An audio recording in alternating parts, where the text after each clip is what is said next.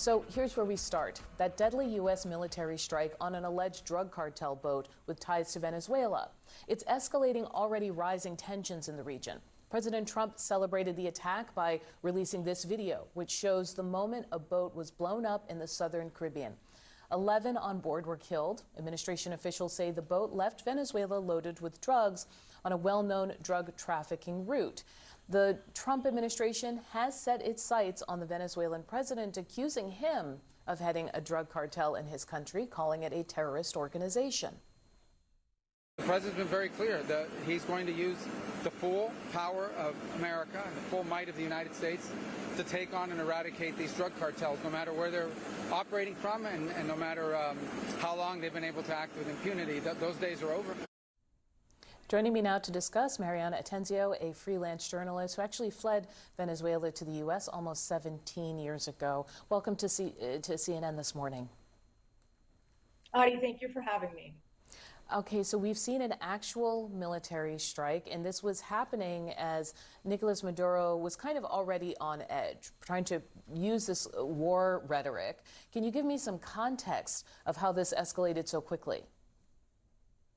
So, Audie, we have seen a level of tensions between the U.S. and Venezuela that we haven't seen in years.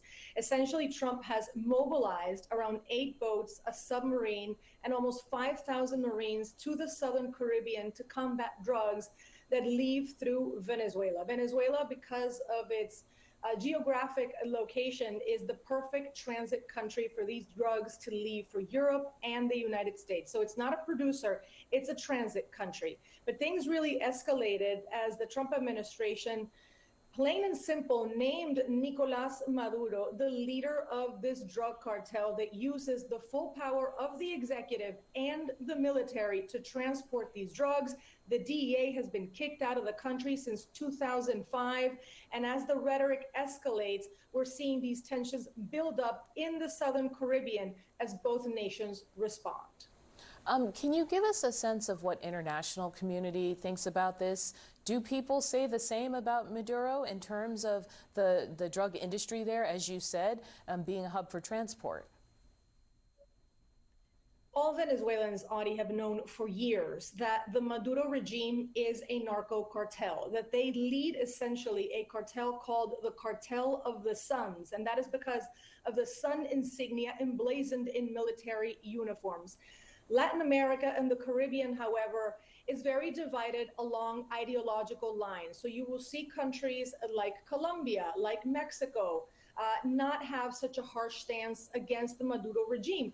Also think about that this is a country that still produces some oil, so they tend to buy loyalties around the region. And we saw that last year. Maduro's not a legitimate president. He's a de facto dictator. He stole elections last year, and the international community didn't pressure him and his regime enough to produce the evidence of his supposed win, because again, many of these countries always vote along ideological lines. But we know this is sort of a rogue nation. 8 million people, including myself and many of my family members, Audie, have left because of the humanitarian crisis there. So you're seeing also a country that has become the #1 source of asylum seekers to the United States. So for the Trump administration, this is not only a drug problem, this is also a migration problem. And these are, as you know, President Trump's top domestic priorities. Mariana Atencio, thank you so much.